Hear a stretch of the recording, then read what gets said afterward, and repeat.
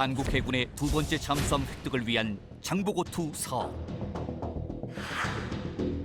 앞선 209급에 비해 규모와 성능 면에서 월등히 발전한 214급을 채택해 당대 최강의 잠수함을 보유하게 된 한국 해군. 최첨단 공기 불여 추진 시스템을 비롯해 214급이 장착한 무장과 최신 기능에는 무엇이 있으며 실전에서 어느 정도의 성능을 발휘할 것인가. 장보고2 사업에 뛰어든 현대중공업과 대우조선해양. 대한민국의 양대 조선사가 잠수함 사업에 회사의 미래를 건 이유는 무엇인가? 더 멀리, 더 깊은 참항을 꿈꾸며 한국의 잠수함을 새로운 단계로 진화시킨 214급 잠수함 개발사를 만나본다.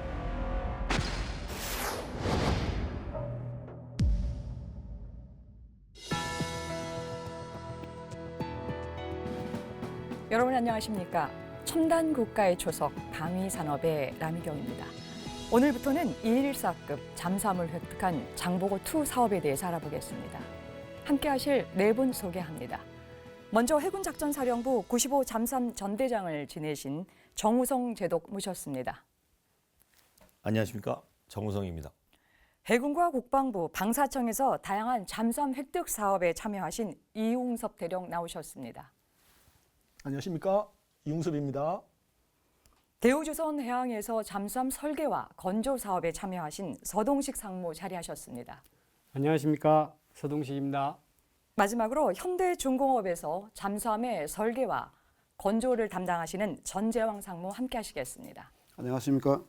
전재황입니다. 귀한 시간 내주셔서 고맙습니다. 본격적인 내용에 앞서서요. 우리 해군이 214급 잠수함을 획득하게 된 장보고 사업 2의 어떤 의미를 좀 짚어봐야 할 것 같은데요. 우선 먼저 우리 정우성 제독께 질문을 좀 하나 드리겠는데요.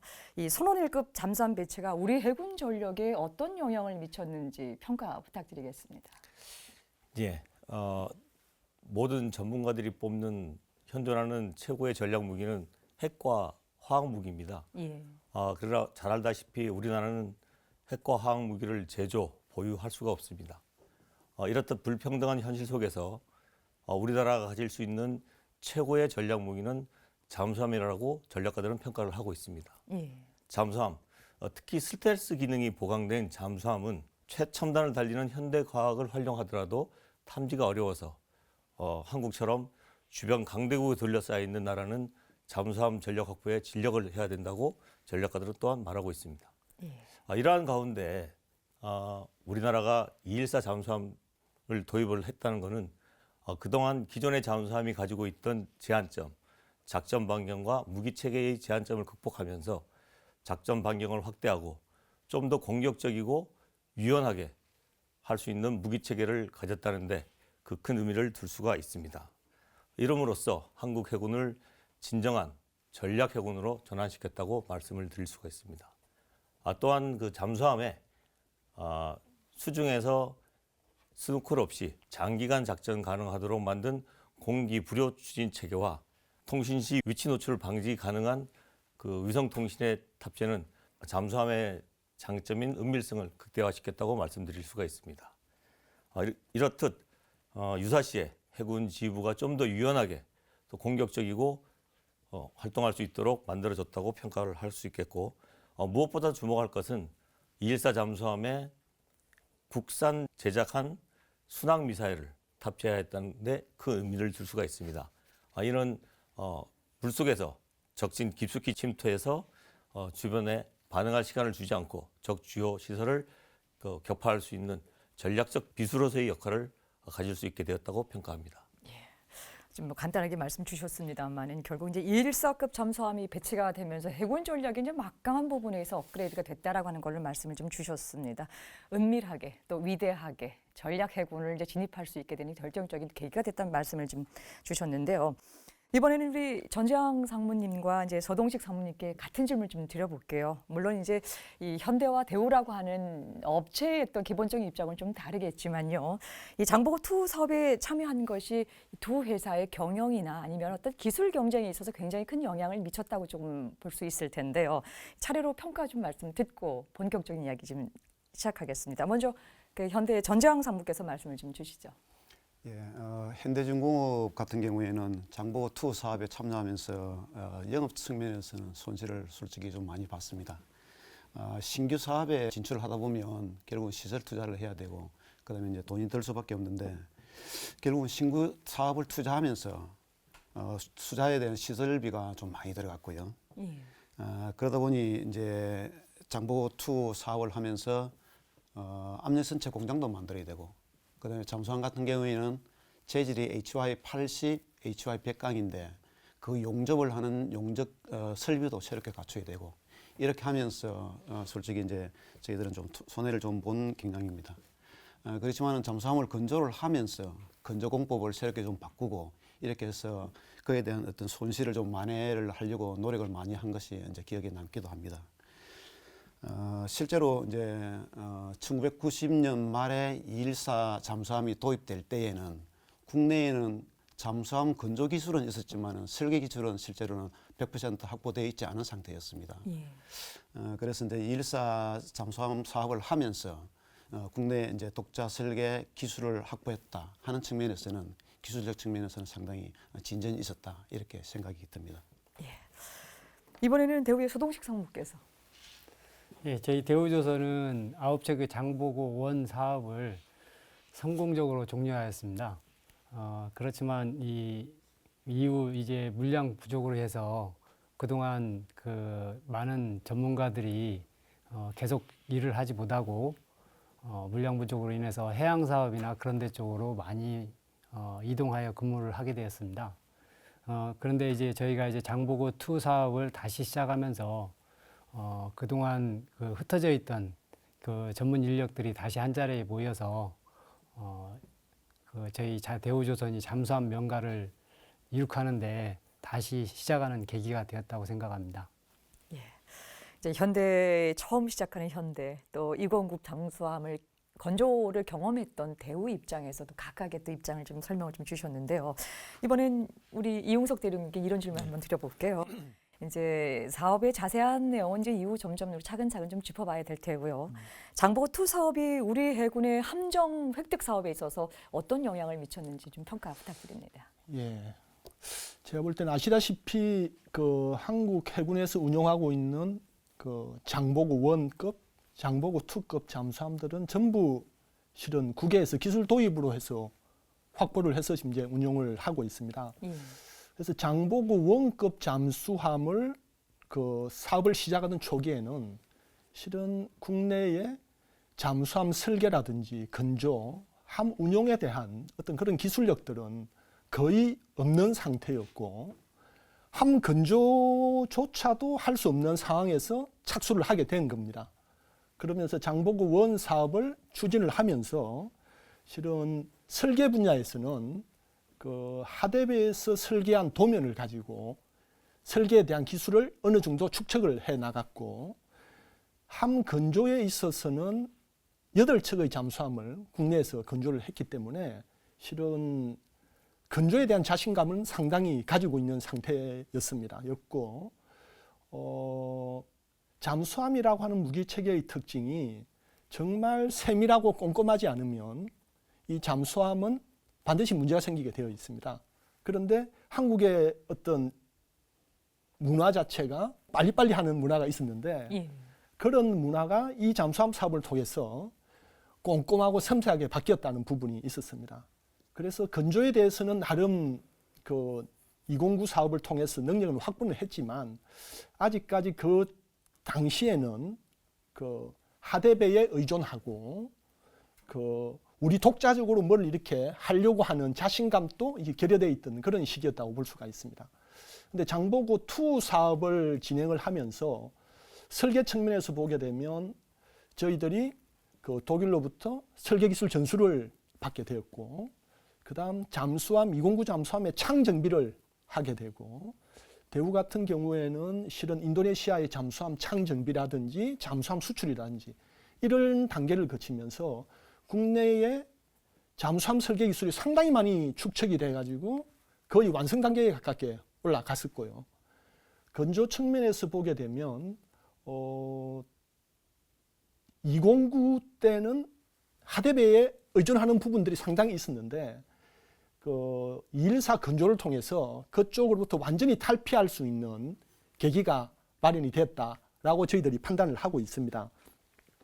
따라서 장보고2 사업을 추진한 이제 가장 큰 의미로 본다 그러면 이 사업을 추진을 통해서 대한민국이 잠수함 독자 개발을 할 수 있는 국가에 진입을 했다 하는 게 가장 큰 의미가 되겠고요.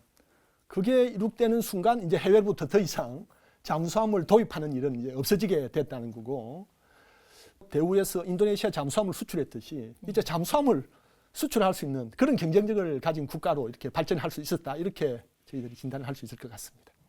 여러분께서는 지금 첨단 국가의 초석 방위 산업을 시청하고 계십니다.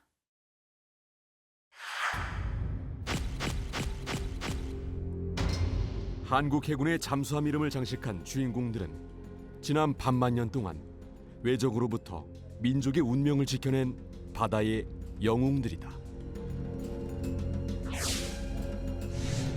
제1호 잠수함의 한 명이자 잠수함 획득 사업의 명칭이기도 한 장보고는 청해진의 대사로 해적을 소탕하고 당과 일본을 연결하는 국제무역을 주도한 신라의 해상왕이다. 장보고급 2번함에는 고려시대 바다에서 몽골에 맞선 무인 이천장군의 이름을 붙였다. 3번함은 국산 화포와 함포를 개발하고 진포 해전에서 활약한 최무선의 이름을 부여했고, 4번함과 5번함의 한 명은 고려와 조선시대에 대마도를 정벌한 박위와 이종무의 이름에서 따왔다. 또한 6번에서 9번까지는 정운, 이순신, 나대용, 이역기 등 모두 임진왜란에서 활약한 장수의 이름을 부여했다. 한 가지 특이한 것은 7번함의 주인공이 우리에게 잘 알려진 충무공 이순신이 아니라 그의 부관으로 활약한 무의공 이순신이라는 점이다. 214급 잠수함의 1번함은 대한민국 해군의 아버지 손원일 제독의 이름을, 2번함은 고려말 무신으로 왜구를 소탕한 정지장군의 이름을 한 명으로 부여했다. 3번함부터는 한 명의 변화가 시작된다. 안중근함을 시작으로 김좌진 장군, 윤봉길 의사와 유관순 열사, 홍범도 장군과 이범석 장군 등 일제강점기 독립운동을 전개한 위인들의 이름이 한 명으로 등장한 것이다.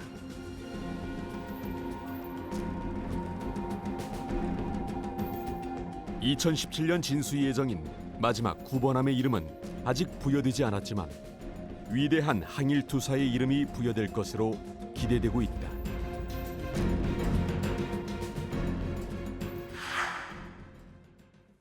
네, VCR 영상 잘 봤습니다. 이제 본격적으로 사업 이야기를 좀 한번 해볼까요? 우선 이제 장보고2 사업은 언제 어떻게 시작되었는지, 또 209 잠수함에 이어서 우리에게 왜 새로운 잠수함이 필요하게 됐는지를 이제 알아봐야 할 텐데요. 정 제도님, 어떻게 해서 시작이 됐습니까? 사업의 필요성을 얘기하기 전에 우리나라의 어떤 국지적인 조건을 한번 살펴보면은 우리나라 주변으로 전부 해양 강국들이 다 포진해 있습니다.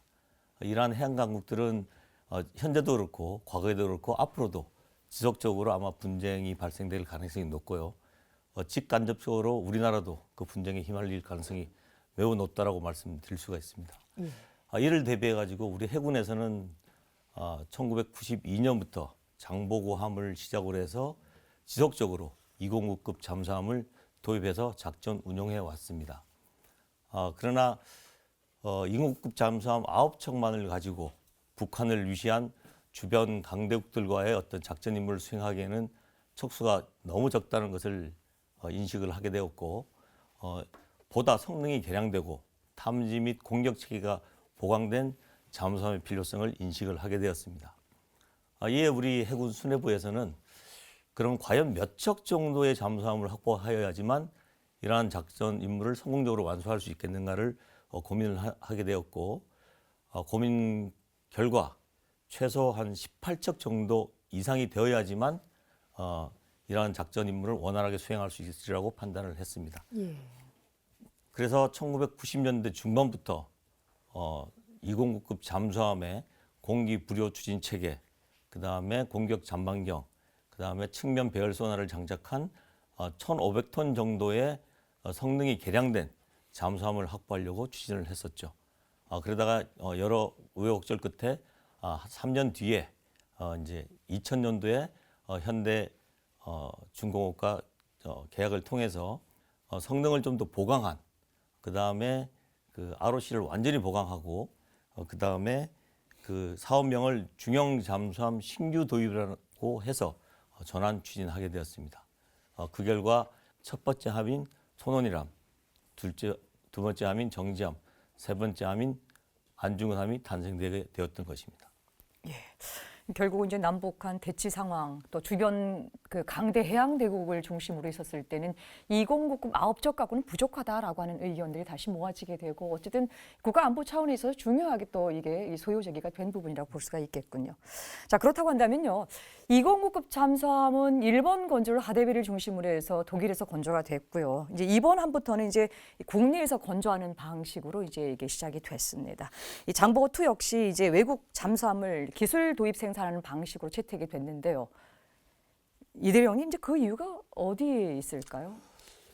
예, 저희 함정 획득에 있어서 실은 최우선으로 고려하는 게 국내 독자 개발을 고려를 합니다.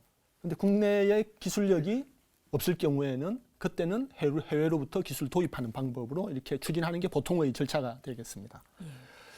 당시 국내의 설계 능력 측면을 본다 그러면 209 사업을 통해서 실은 209 잠수함 도면을 저희들이 확보를 하게 됩니다. 확보를 하게 되고 그 도면을 역설계를 통해서 어느 정도의 설계 능력을 갖춘 건 사실입니다. 갖춘 건 사실인데 실제 잠수함을 독자적으로 개발할 수 있는 설계 능력들은 갖추지 못했습니다.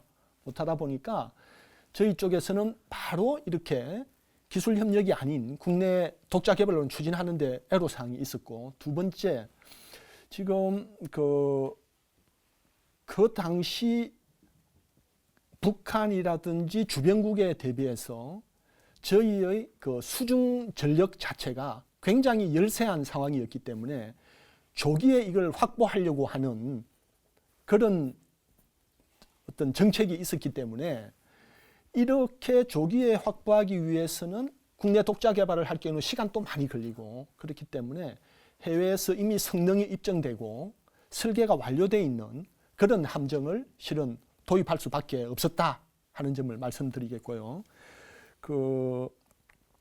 그래서 장보고 원 사업을 통해서 이미 저희들은 함을 건조할 수 있는 기술력은 이미 확보를 했기 때문에 저희들이 사업 계약 방식을 기술 협력, 기술 도입 생산을 통해서 잠수함 자체는 국내에서 최종적으로 생산을 해서 한국 해군에 납품하는 쪽의 계약을 추진했던 겁니다.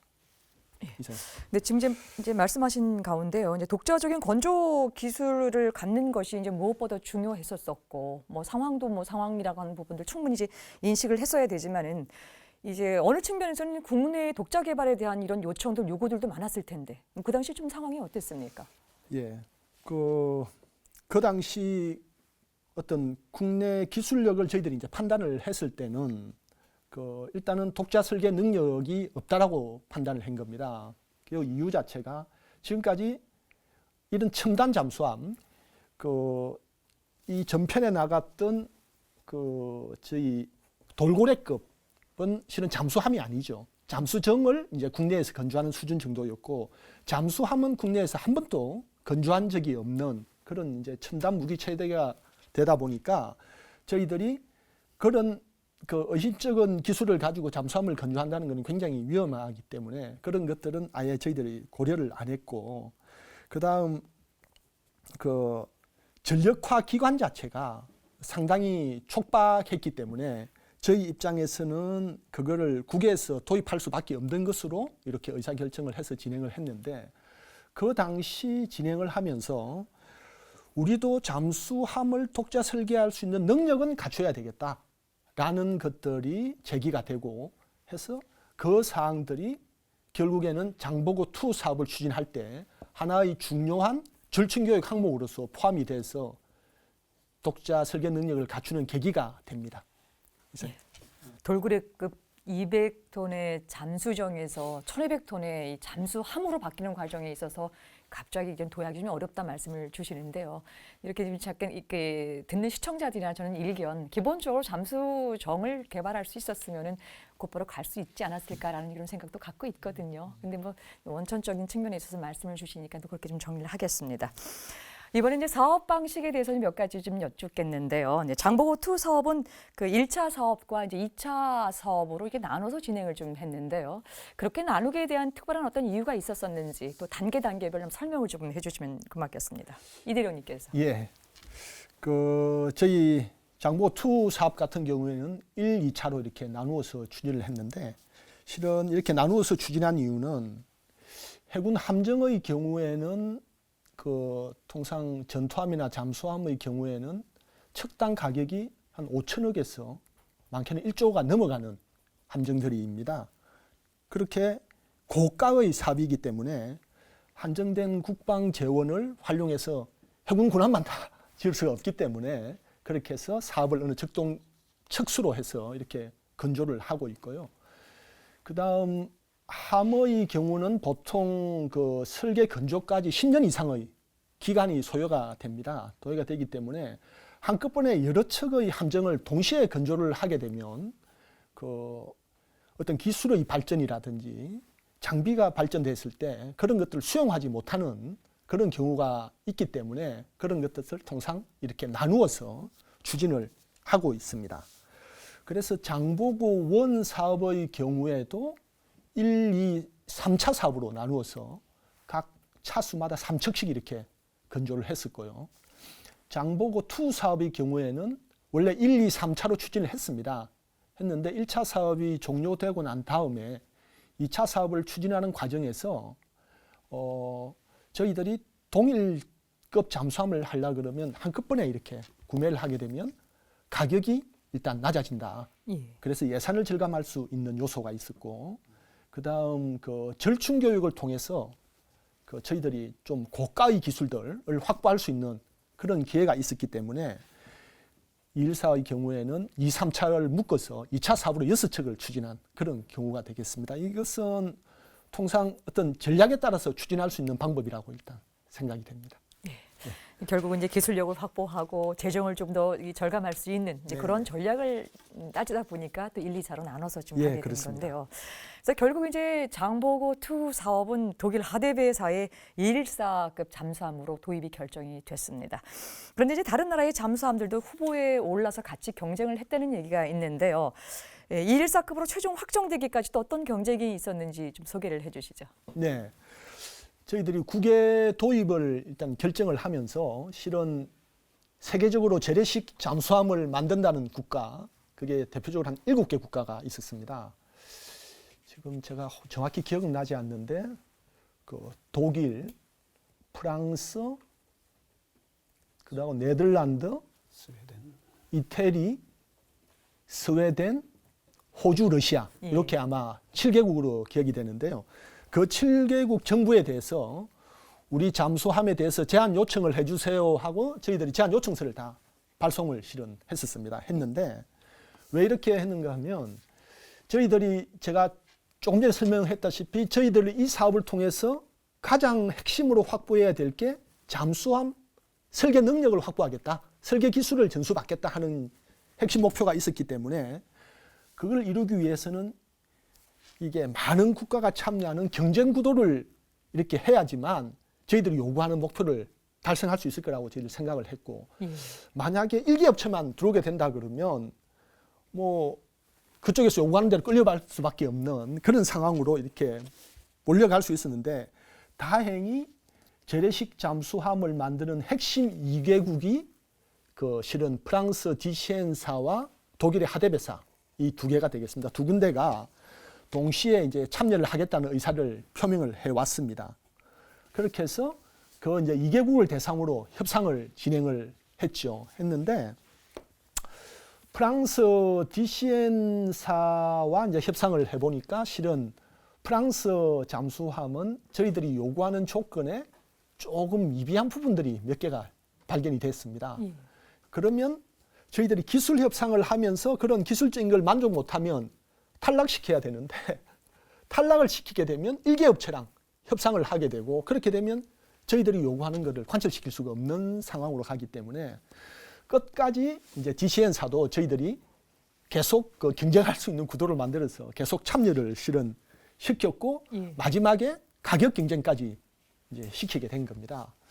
그래서 이제 가격을 경쟁시켜 놓고 나서 이제 보니까 실은 우리 해군에서나 그 조선소에서도 볼 때도 아, 이건 성능은 확실히 독일 잠수함 성능이 좋은 것 같은데 만약에 그 가격 측면에서 프랑스에서 싸게 들어오게 되면 이 의사결정을 어떻게 할 것이냐 하는 것들이 상당히 이제 저희들이 생각할 때는 좀 괴로운 부분이 되겠다라고 판단을 했는데 당시 하데베사에서 프랑스 디시엔보다 훨씬 싼 가격으로 가격을 제시를 했습니다. 만약에 높았으면 저희들이 업체를 결정하는데 큰 애로사항이 있었을 건데 하데베사로 결정이 되고 장보고2 잠수함이 214 잠수함으로 이 당시 결정이 되게 된 겁니다. 예.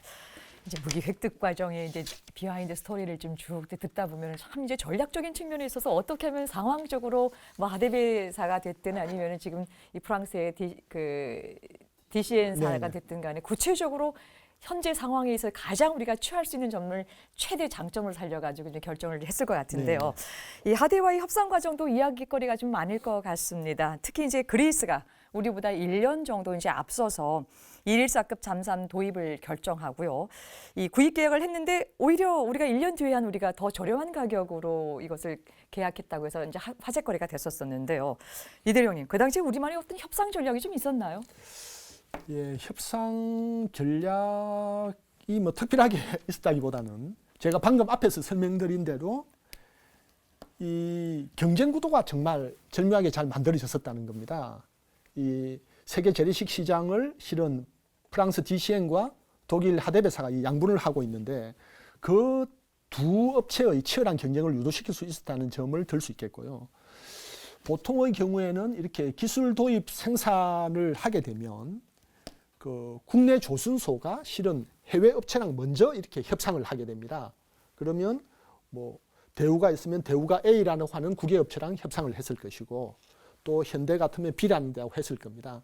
그리고 이렇게 국내 업체가 먼저 협상을 하고 난 다음에 국내 업체 간 경쟁을 시켜서 한 업체를 선정을 하게 됩니다. 그렇게 되면 국내 업체가 선정이 되게 되면 해외 업체는 자동적으로 선정이 되는 거죠.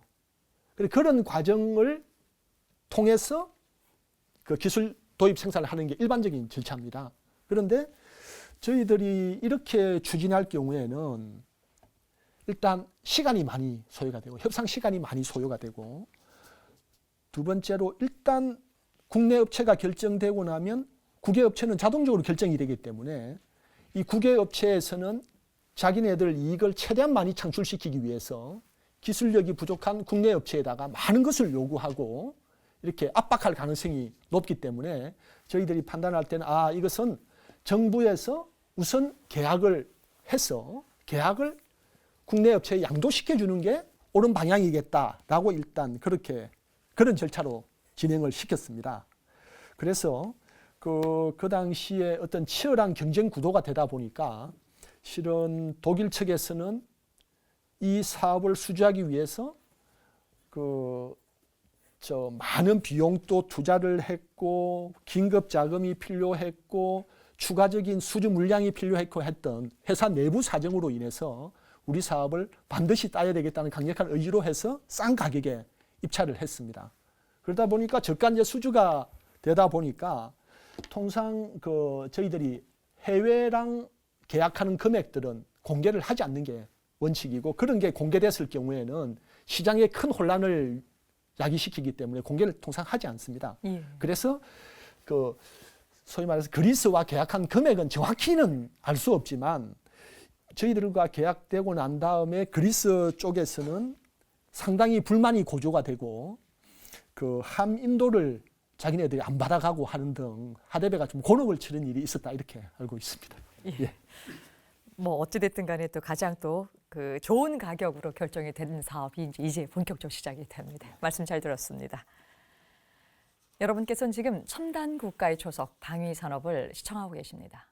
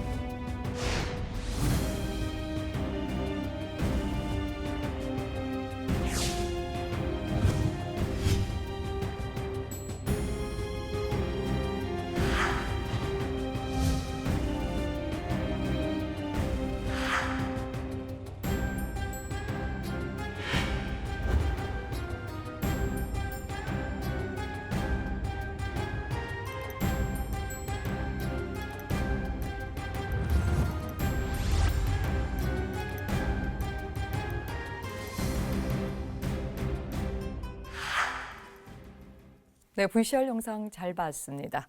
장보고2 사업을 통해 획득한 214급 잠수함에 대해서 알아보겠습니다.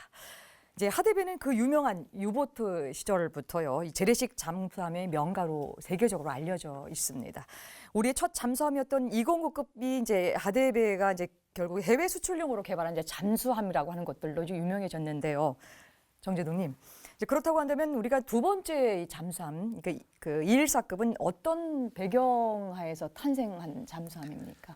예, 말씀하신 대로 그 독일 하대배 조선소는 1960년대부터 209급 잠수함을 건조하여 전 세계 13개국 60여 척을 수출해서 진정한 재래식 잠수함의 기술 대국으로 자리를 굳건히 지키고 있었습니다. 예. 그러나 이제 조금 전에 이대령도 얘기했듯이 그 디젤 잠수함 수출 분야에서 같이 경쟁해오던 프랑스의 디시엔 조선소가 공기 불요 추진 체계인 메스마를 탑재한 스콜피온 잠수함을 개발해서 따라오고 그동안 그 209 잠수함을 수입하고 운영하던 국가들이 좀 더 성능이 개량된 잠수함을 꾸준히 요구해 오고 있었습니다. 그러다 보니까 독일 하대배 조선소는 좀 더 성능이 뛰어난 잠수함 설계에 착수하게 되었던 것이죠. 그 결과 독일 하대배사는 독일 해군을 위해서 만드는 212급 잠수함이 있습니다. 212급 잠수함에 도입된 새로운 기술을 바탕으로 해서 기존에 저희가 사용하던 209급 잠수함을 배경으로 해서 탄생한 것이 214급 잠수함이 되겠습니다. 214급 잠수함은 수출용 잠수함으로 그리스, 그다음 우리나라, 포르투갈, 터키 해군이 수입을 해서 지금 현재 운영 중에 있는 잠수함입니다. 예. 이제 그렇다고 한다면 본격적으로 그 214급 잠수함의 기본적인 성능과 재원이 어떤지 좀 살펴봐야 될 텐데요. 우리 소동식 상무께서 조금 소개해 주시죠. 예, 214 잠수함은 저희가 건조했던 209 잠수함과 좀 비교하면서 설명을 드리도록 하겠습니다. 배수량은 약 209 잠수함에 비해서 1.5배 큰 1860톤, 길이는 65m, 압력선체 직경은 6.3m로 이루어져 있습니다. 그 기존의 209 잠수함의 경우에는 DC 모터를 사용했습니다. 근데 214 잠수함의 경우에는 그 소음 측면이나 효율이 좀 더 향상된 AC 모터를 사용하고 있고요. 그 전투 체계의 경우에는 209에는 이수스 83, 214의 경우에는 이수스 90 해가지고 훨씬 더 향상된 전투 체계를 탑재하였으며 소나 체계로는 기존의 209에 탑재되어 있는 소나 체계에 추가하여 프랭크 어레이 소나, 토워드 어레이 소나를 추가하여 설치하였습니다. 무장 측면에서는 어뢰, 기뢰, 미사일을 사용할 수 있는 통제 시스템이 갖추어져 있고 특히 이제 209에는 탑재가 되어 있지 않은 적함의 공격으로부터 저희를 보호할 수 있는 어뢰 기만기 체계가 탑재되어 있습니다. 지금까지 몇 번 언급이 되었지만 가장 큰 차이점, 209하고 214하고 가장 큰 차이점은 AIP 체계 탑재입니다. AIP 체계를 탑재함으로써 수중 작전 지속 능력을 월등하게 향상시킴으로 해서 우리 잠수함 작전 세력 강화에 크게 이바지하였습니다. 지금 잠깐만 이제 들어봐도 그 209급에 비해서 214급의 성능이 굉장히 많이 이제 업그레이드 됐다라고 하는 것들을 이제 알 수 있었는데요. 예, 그 중에서 이제 말씀해주신 이제 AIP에 관련된 설명을 좀 구체적으로 좀 알아봐야 될 것 같은데요. 우리말로는 이제 공기부료 추진 장치라고 부르는데 전 상무님, 이게 이 추진 체계가 왜 중요하고요? 어떤 또 이 작동 원리에 의해서 이게 되는 것입니까? 잠수함을 분류할 때에는 추진 체계만 보면은 크게 한 두 가지로 분류가 될 수 있습니다. 디젤 전기 추진 잠수함, 그다음에 원자력 추진 잠수함 이렇게 분류가 될 수 있습니다. 디젤 전기 추진 잠수함을 다시 분류를 하면 디젤 직결 추진, 그다음에 디젤 전기 추진, 그다음에 하이브리드. 즉 하이브리드라는 것이 기존의 디젤 전기 추진에 AIP를 탑재를 하면 하이브리드라고 이제 표현을 할 수가 있습니다. 그래서 AIP 하면은 에어 인디펜던트 프로펄션 해서 조금 전에 말씀하신 공기 불요 추진 이렇게 됩니다. 이것은 대기 중에 있는 공기를 이용하지 않고도 물속에서 추진 체계가 작동을 할 수 있는 이런 체계가 되겠습니다. 그래서 AIP 기종에는 폐회로 디젤 엔진하고 스틀링 엔진, 그다음에 스팀 터빈, 그다음에 연료전지 이렇게 크게 네 가지로 분류가 될 수 있는데요. 214함에 탑재된 것은 독일에서 개발된 연료전지 AIP가 이제 탑재가 되어 있습니다. 연료전지 AIP 체계의 원리는 원래 저희들이 물을 전기 분해하면은 수소와 산소가 나옵니다.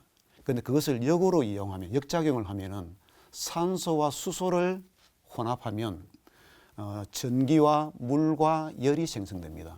그래서 이 연료전지는 거기에서 생성된 전기의 힘으로 잠수함을 운용하는 체계, 이렇게 이제 될 수 있겠습니다. 그래서 AIP 체계가 탑재되고 나면 중요한 것이 뭐냐라고 이제 질문을 하셨고, 서동식 상무께서도 말씀하신 것처럼 기존의 재래식 전기 디젤 추진은 배터리만으로서 이제 축전지만으로서 이제 운항을 합니다. 그러면 이틀 내지 3일 물속에 있는 상태에서 부상을 해서 디젤 엔진을 돌려서 다시 배터리를 차징해서 수중으로 들어가도록 그렇게 되어 있습니다. 만약에 이제 AIP를 탑재를 하면 약 2주 동안 물속에서 계속 이제 작전을 할 수 있습니다. 그 말은 기존의 디젤 전기 추진 잠수함에 대비해서 AIP가 탑재되면 한 6배 내지 7배는 물속에서 오래 작전을 수행할 수 있다. 이것이 큰 특징이자 장점이라고 생각됩니다. 제가 듣기에는 아주 혁신적인 이런 체제인 것 같은데요.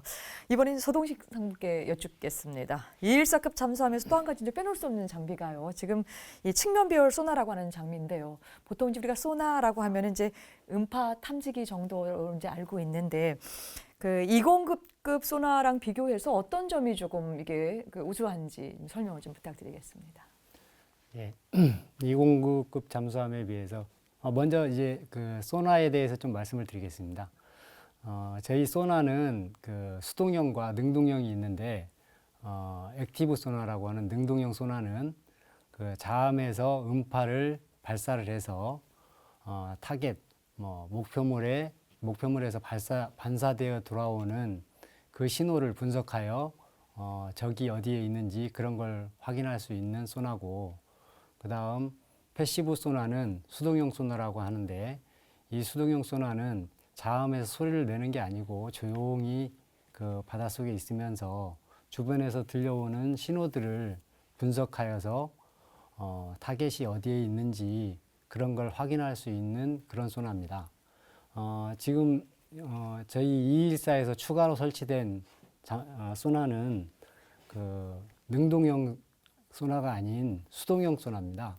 수동형 소나로서 잠수함에서는 그 은밀성이 가장 중요하기 때문에 일반적으로 능동형 소나는 쏘게 되면 자기 함의 위치가 노출이 되기 때문에 일반적으로 사용을 하지 않고 수동형 소나를 사용하는데, 저희 수동형 소나 중에서 추가로 설치되는 게 프랭크 어레이 소나하고 토우드 어레이 소나가 있습니다.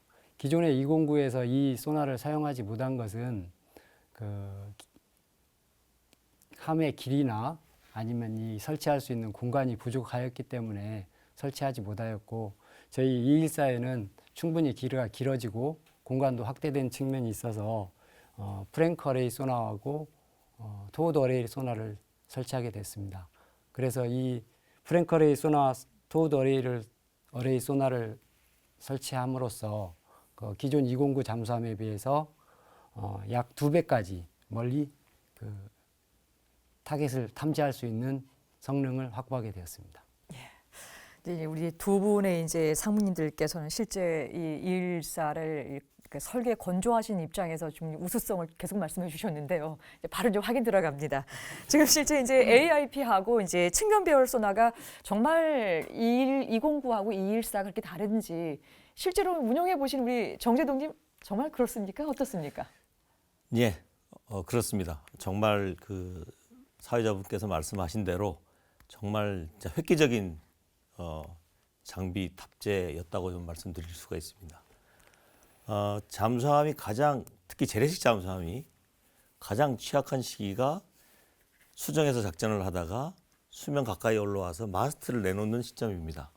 마스트를 내놓는다는 얘기는 아까 우리 저기 전장 상무께서 말씀하셨듯이 스노클을 위해서 하든지 아니면 통신을 위해서 이렇게 마스트를 내놓게 돼 있습니다. 근데 원자력 잠수함 같은 경우에는 축전지를 충전할 필요가 없기 때문에 통신만을 위해서 통신 마스트를 한 1, 2분간 내놓고 다시 물속으로 사망해서 작전을 수행하는데, 재래식 잠수함 같은 경우에는 꼭 하루에 한두 시간 정도는 축전지 충전을 위해서 반드시 올라와야 되는 필수 불가결합니다. 이때가 그 잠수함 함장 입장에서는 가장 싫어하는 시기죠. 왜냐하면은 자기를 다 내놓고 작전을 해야 되는 가장 위험한 시기이기도 합니다. 근데 이러한 위험한 시기를 2주간이나 없이 작전을 할 수 있다는 게 비록 속력은 그 원자력 잠수함처럼 속력은 나지는 않지만 그래도 물속에서 2주간 작전을 할 수 있다는 그런 장점은 왜 전 세계 재래식 잠수함을 운영하는 나라에서 공기 불요 추진 체계를 탑재하려고 노력하는지를 알 수 있는 그런 상황이 되겠습니다. 또한 그 측면 배열 소나나 예인형 소나를 탑재한 214급 잠수함은 우리 서동식 상무께서 말씀하셨듯이 209 잠수함보다 정말 먼 거리에서 표적을 탐지를 할 수가 있습니다. 사회자분께서 저하고 우리 서동식 상무의 목소리가 틀리다는 거 알고 계시죠? 예. 바다에도 마찬가지입니다. 모든 배들이 소음은 내지만 각각 자기의 특색 있는 소음이 나오고 있습니다. 근데 기존의 209 잠수함에서는 그런 특색 있는 소음을 분리해낼 수가 없었는데 214 잠수함은 그 소음의 특색을 분리해내가지고 이 지금 접촉되고 있는 표적이 정우성이다, 서동식이다 이렇게 구분해낼 정도의 능력을 가지게 되었습니다. 그 정도로 능력이 많이 올랐다는 거죠.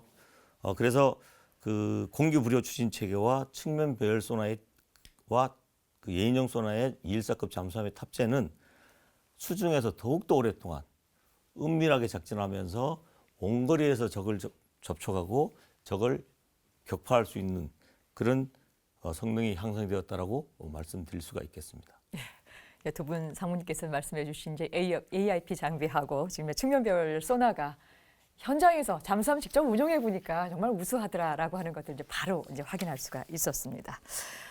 근데 이제 이 잠수함이요, 이 적을 찾는 이런 것도 굉장히 중요하지만요. 더 중요한 것은 사실 이 적으로부터 숨는 기능이 또 잠수함에서 굉장히 또 빼놓을 수 없는 이제 이게 기능일 텐데요. 보통 우리 이런 것들은 이제 스텔스 기능이라고 얘기하지 않습니까? 정재동님 계속해서 질문 좀 하나 더 드릴게요. 209급하고 214급 비교해서 이 스텔스 기능도 좀 발전했을 것 같은데 어떻습니까? 예, 저희가 통상적으로 생각하면은 스텔스라고 하면은 적 레이더로부터 그 비행기라든지 어떤 그 물체를 접촉하지 못하도록 설계하는 것을 스텔스라고 하는데 잠수함에서는 크게 두 가지로 구분해서 볼 수가 있습니다. 첫 번째는 소나 함에서 나오는 자체 소음을 줄여서 적으로부터 우리가 피탐 당하지 않게 하는 스텔스 기능과 전통적인 스텔스 기능인 그 레이더로부터 우리를 막도록 하는 스텔스 기능, 그 두 가지를 볼 수가 있습니다. 첫 번째로 자체 소음을 줄인다는 얘기가 되는데요. 214급 잠수함에는 자체 소음을 줄이기 위해서 기존의 잠수함들이 직각 형태로 마스트가 올라가고 각종 그 항교탑이 설치되는 것과 틀리게 유선형으로 아주 설치가 되어 있습니다. 그래서 유선형으로 설치가 되어 있다는 얘기는 잠수함이 항해할 때 유체 소음에 의해서, 유체의 흐름에 의해서 발생되는 소음을 최소화로 줄였다는 얘기가 되는 거고요. 두 번째로 그 함 내에 탄성 마운트를 설치해 가지고 분리된 탄성 마운트 위에 각각의 장비를 탑재함으로써 장비에서 나오는 소음을 최대한 줄였었습니다. 세 번째로는 그 추진기를 아주 저소음 추진기로 설계를 해서 추진기에서 나오는 소음을 또 줄였고요.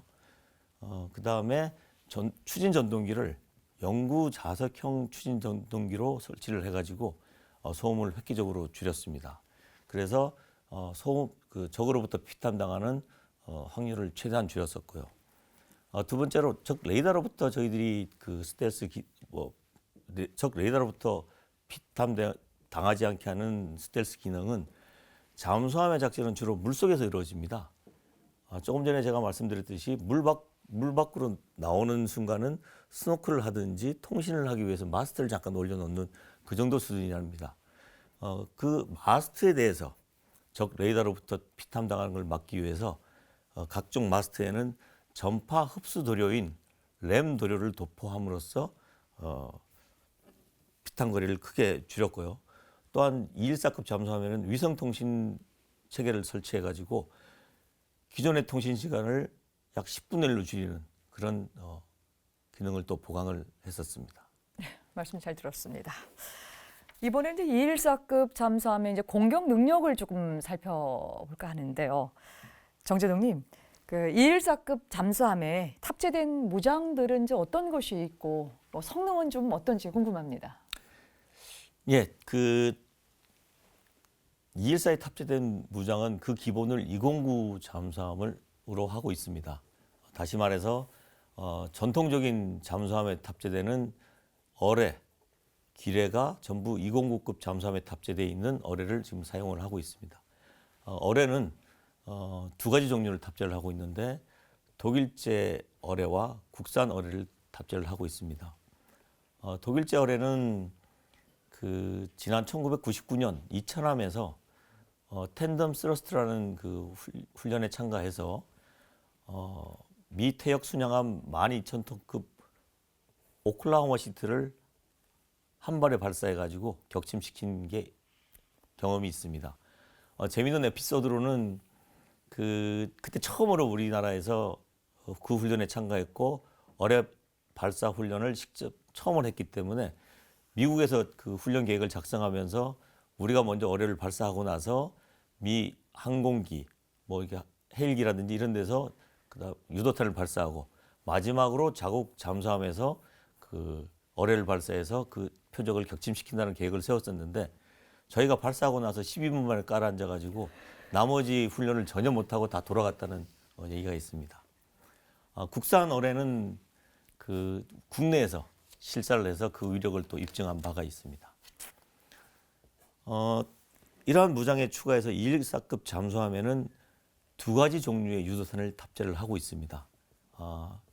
그중 하나가 잠대함 유도탄이라고 이거는 미국에서 제작한 서브 하푼을 탑재를 하고 있는데 이것도 마찬가지 209 잠수함에 탑재하고 있는 유도탄이 되었고 두 번째로 그 국산 잠대지 순항 미사일을 탑재를 하고 있습니다. 약 사거리가 500에서 1000km 되는 순항 미사일을 탑재해서 적진 깊숙이 침투해서 적으로부터 대응할 수 있는 시간을 주지 않고 바로 공격할 수 있는 그런 훌륭한 무기체를 탑재하고 있습니다. 서동식 상무님, 대우조선은 이제 209와 214 둘 다 이제 건조한 경험을 갖고 있지 않습니까? 이제 그만큼 건조사 입장에서 두 개의 그 잠수함을 비교하는 또 가장 또 객관적으로 또 평가해 볼 수 있는 또 위치이신 것 같은데 어떤 특징이 있습니까? 209하고 214하고 그 건조 관점에서 어떤 차이가 있느냐 그걸 말씀하시라고 그러면 조금 그거보다는 제가 오히려 그 저희 잠수함이 얼마나 그 컴팩트하고 복잡한지 그런 걸 비교하는 데이터를 먼저 한번 말씀드리고 시작하는 게 좋을 것 같습니다. 그 저희 잠수함은 그 저희 조선소에서 건조하고 있는 상선이나 아니면 여객선보다도 훨씬 복잡한 그런 상황이어서 저희 회사에서도 잠수함을 선박이라고 하기보다는 어떻게 보면 기계장치다 그렇게 표현을 할 정도입니다. 그 밀집도가 그렇게 높다는 거고요. 제가 이제 한번 그 샘플로 그 호주에서 건조한 3,000톤급 잠수함 콜린스하고 그다음 보잉 777 이 두 개를 한번 비교해 본 데이터를 한번 확인을 해봤습니다. 그 길이는 보잉 777이 60m, 그다음 콜린스 잠수함 3,000톤짜리가 80m 정도 됩니다. 그런데 거기에 들어가는 그 시스템, 그 각종 시스템 숫자는 보잉 777은 약 40개밖에 안 되는데 콜린스 잠수함에는 약 100개가 들어갑니다. 그리고 그 보잉 777에 들어가는 부품 수는 약 10만 개 정도 되는데 그 콜린스 잠수함 3,000톤에 들어가는 부품 수는 약 50만 개 정도 됩니다. 그만큼 이 그 잠수함은 그 좁은 공간에 많은 부품, 많은 장비, 많은 시스템을 설치해야 하기 때문에 굉장히 복잡하다는 거죠. 그게 기본적으로 잠수함의 특징이고, 그다음 저희 이제 209하고 214 잠수함을 이제 비교를 해본다면 이러한 기본적인 특징에 추가하여서 214 잠수함은 그 소음 성능을 향상시키기 위해서 이중 탄성 마운트 시스템을 저희는 플랫폼 시스템이라고 그러는데 플랫폼 시스템을 여러 개 추가 설치하였고, 그다음 그 자망 깊이를 좀 깊게 하기 위해서 자망 심도를 깊게 하기 위해서 기존의 209에는 HY 80을 사용하였으나 저희는 HY 100을 사용한 그 선체 재질을 사용하였고, 그래서 이거에 따라서 저희가 추가로 그 용접 방법, 용접 기술을 개발을 해야 했던 그런 상황이었고요. 이거에 대해서 최신의 이제 기술들을 반영을 하다 보니까 자동화 정도가 굉장히 높아졌습니다. 그래서 이 자동화 정도가 높아지면서 이에 수반돼서 케이블 물량이, 전선 물량이 굉장히 많이 증가를 하였고, 이로 인해서 그 함이 기존 209함에 비해서 굉장히 컴팩트하고 가서 보면 복잡하다고 얘기를 해야죠. 굉장히 복잡하게 그렇게 제작이 되어 있습니다. 네, 비교 설명 잘 들었습니다. 오늘 네 분 말씀 고맙습니다. 오늘은 우리 해군의 두 번째 잠수함인 장보고 2 사업에 대해서 알아봤습니다. 현재 우리 해군에서 주력으로 맹활약 중인 이 손원 1급 탄생에 얽힌 생생한 이야기, 다음 이 시간에 이어가겠습니다. 끝까지 함께해 주셔서 고맙습니다. 안녕히 계십시오.